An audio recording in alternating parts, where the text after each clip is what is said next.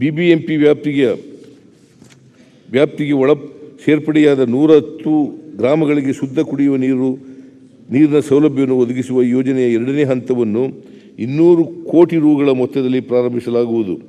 ಮನೆಗಳಿಂದ ತ್ಯಾಜ್ಯ ಸಂಸ್ಕರಣಾ ಘಟಕಗಳವರೆಗೂ ತ್ಯಾಜ್ಯಗಳ ವಿಲೇವಾರಿಯನ್ನು ವ್ಯವಸ್ಥಿತವಾಗಿ ನಿರ್ವಹಿಸಲು ಬೆಂಗಳೂರು ನಗರ ಜಿಲ್ಲೆಯನ್ನು 4 ವಲಯಗಳನ್ನಾಗಿ ವಿಂಗಡಿಸಿ ಪ್ರತಿಯೊಂದು ವಲಯಕ್ಕೂ ನುರಿತ ಸಂಸ್ಥೆಯನ್ನು ಪಾರದರ್ಶಕವಾಗಿ ನೇಮಿಸಲಾಗುವುದು. ನಗರದ ಹೊರವಲಯದ 4 ಕಡೆಗಳಲ್ಲಿ 50 ರಿಂದ 100 ಎಕರೆ ಜಮೀನನ್ನು ಗುರುತಿಸಿ ಮುಂದಿನ 30 ವರ್ಷದ ಬೆಳವಣಿಗೆಯನ್ನು ಗಮನದಲ್ಲಿಟ್ಟು ವೈಜ್ಞಾನಿಕ ತ್ಯಾಜ್ಯ ವಿಲೇವಾರಿಗೆ ಅವಕಾಶ ಕಲ್ಪಿಸಲಾಗುವುದು.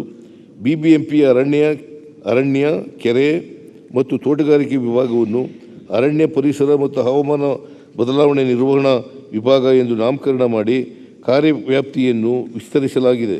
ನಗರದಲ್ಲಿ ವಾತಾವರಣದ ಸ್ವಚ್ಛತೆಗಾಗಿ ಮರಗಳ ಗಣತಿ, ಕೆರೆ ಮತ್ತು ಉದ್ಯಾನವನಗಳ ತಂತ್ರಾಂಶ ಆಧಾರಿತ ಮೇಲ್ವಿಚಾರಣೆ ಮತ್ತು ಕೆರೆ ಮತ್ತು ಉದ್ಯಾನಗಳ ಅಭಿವೃದ್ಧಿಯಲ್ಲಿ ಸಾರ್ವಜನಿಕ ಸಹಭಾಗಿತ್ವವನ್ನು ಹೆಚ್ಚಿಸಲು ಪ್ರತ್ಯೇಕ ನೀತಿ ಜಾರಿಗೊಳಿಸಲಾಗುವುದು. BBMP ಸಹಯೋಗದೊಂದಿಗೆ ಸರ್ವಜ್ಞ ನಗರ ವಿಧಾನಸಭಾ ಕ್ಷೇತ್ರದಲ್ಲಿ ಸರ್ವಜ್ಞ ಉದ್ಯಾನವನವನ್ನು ಅಭಿವೃದ್ಧಿಪಡಿಸಲಾಗುವುದು.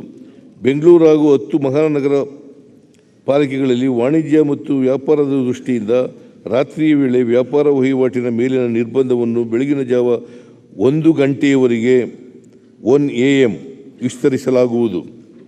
ಪೌರಾಡಳಿತ ಬೆಂಗಳೂರಿಗೆ ಪರ್ಯಾಯವಾಗಿ ರಾಜ್ಯದಲ್ಲಿ ಸುಸ್ಥಿರವಾದ ಮೂಲಸೌಕರ್ಯಗಳನ್ನು ಒಳಗೊಂಡ ಮತ್ತು ಉದ್ಯೋಗಾವಕಾಶಗಳನ್ನು ಸೃಷ್ಟಿಸುವಂತೆ ಆಕರ್ಷಕ ನಗರಗಳನ್ನು ಅಭಿವೃದ್ಧಿಪಡಿಸುವ ಮೂಲಕ ಬೆಂಗಳೂರಿನ ಮೇಲಿನ ಒತ್ತಡವನ್ನು ತಗ್ಗಿಸಲು ಸರ್ಕಾರವು ವಿವಿಧ ಯೋಜನೆಗಳನ್ನು ರೂಪಿಸಲಿದೆ. ಮಹಾತ್ಮ ಗಾಂಧಿ ನಗರ ವಿಕಾಸ ಯೋಜನೆ 2ರ ಅಡಿ ರಾಜ್ಯದ 10 ಮಹಾನಗರ ಪಾಲಿಕೆಗಳಲ್ಲಿ ಮೂಲಭೂತ ಸೌಕರ್ಯಗಳ ಅಭಿವೃದ್ಧಿಗಾಗಿ 2,000 ಕೋಟಿಗಳನ್ನು ಒದಗಿಸಲಾಗುವುದು. ಮೈಸೂರು, ಮಂಗಳೂರು, ಹುಬ್ಬಳ್ಳಿ ಧಾರವಾಡ, ಬೆಳಗಾವಿ, ಕಲಬುರಗಿ, KGF, ತುಮಕೂರಿನ ವಸಂತ ನರಸಾಪುರ ಮತ್ತು ಬಳ್ಳಾರಿ ನಗರಗಳ ಸಮೀಪದಲ್ಲಿ ಇಂಟಿಗ್ರೇಟೆಡ್ ಟೌನ್ಶಿಪ್ಗಳನ್ನು ಅಭಿವೃದ್ಧಿಪಡಿಸಲಾಗುವುದು. ಬೆಂಗಳೂರಿನ ಹೊರವಲಯದಲ್ಲಿರುವ ದೇವನಹಳ್ಳಿ, ನೆಲಮಂಗಲ, ಹೊಸಕೋಟೆ, ದೊಡ್ಡಬಳ್ಳಾಪುರ, ಮಾಗಡಿ ಮತ್ತು ಬಿಡದಿಯಲ್ಲಿ ರಸ್ತೆ ಮತ್ತು ರೈಲು ಸಂಪರ್ಕದೊಂದಿಗೆ ಉಪನಗರ ಟೌನ್ಶಿಪ್ಗಳನ್ನಾಗಿ ಅಭಿವೃದ್ಧಿಪಡಿಸಲಾಗುವುದು. ಬೆಂಗಳೂರಿನ BIEC ನಿಂದ ತುಮಕೂರುವರೆಗೆ ಮತ್ತು ಕೆಂಪೇಗೌಡ ಅಂತಾರಾಷ್ಟ್ರೀಯ ವಿಮಾನ ನಿಲ್ದಾಣದಿಂದ ದೇವನಹಳ್ಳಿಯವರೆಗೆ ಸಾರ್ವಜನಿಕ ಖಾಸಗಿ ಸಹಭಾಗಿತ್ವದಲ್ಲಿ ಮೆಟ್ರೋ ರೈಲು ಯೋಜನೆಗಳನ್ನು ಪ್ರಾರಂಭಿಸಲು ಕಾರ್ಯಸಾಧ್ಯತಾ ವರದಿಯನ್ನು ತಯಾರಿಸಲಾಗುವುದು. ರಾಜ್ಯದ ಸಾಂಸ್ಕೃತಿಕ ನಗರಿ ಮೈಸೂರಿನಲ್ಲಿ ಜನದಟ್ಟಣೆಯು ದಿನದಿಂದ ದಿನಕ್ಕೆ ಬೆಳೆಯುತ್ತಿರುವುದರಿಂದ ರಿಂಗ್ ರಸ್ತೆಯ ಮೇಲೆ ಒತ್ತಡ ಹೆಚ್ಚಾಗಿದೆ.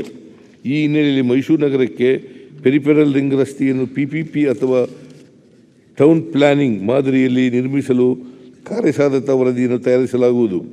ನಗರ ಪ್ರದೇಶದ ಎಲ್ಲ ಮನೆಗಳಿಗೆ ಕುಡಿಯುವ ನೀರನ್ನು ಒದಗಿಸಲು ಅಮೃತ್ 2 ಕೇಂದ್ರ ಮರುಸ್ಕೃತ ಯೋಜನೆಯಡಿ ಅನುಷ್ಠಾನಗೊಳಿಸಲಾಗುತ್ತಿದ್ದು, ಇದರಲ್ಲಿ ರಾಜ್ಯದ ಪಾಲು 4,615 ಕೋಟಿ ರುಗಳಾಗಿವೆ.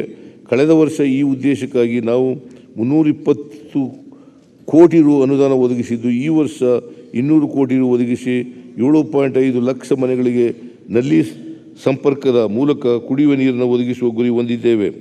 ಕೇಂದ್ರ ಪುರಸ್ಕೃತ ಸ್ವಚ್ಛ ಭಾರತ್ ಮಿಷನ್ 2ರ ಅಡಿಯಲ್ಲಿ ದ್ರವ ಹಾಗೂ ಘನತ್ಯಾಜ್ಯ ಸಂರಕ್ಷಣೆ ಕೇಂದ್ರ ಸರ್ಕಾರದ ಪಾಲು 2,185 ಕೋಟಿ ರುಗಳನ್ನು ಒಳಗೊಂಡಂತೆ 5,072 ಕೋಟಿ ರು ವೆಚ್ಚ ಮಾಡಲಾಗುತ್ತಿದೆ.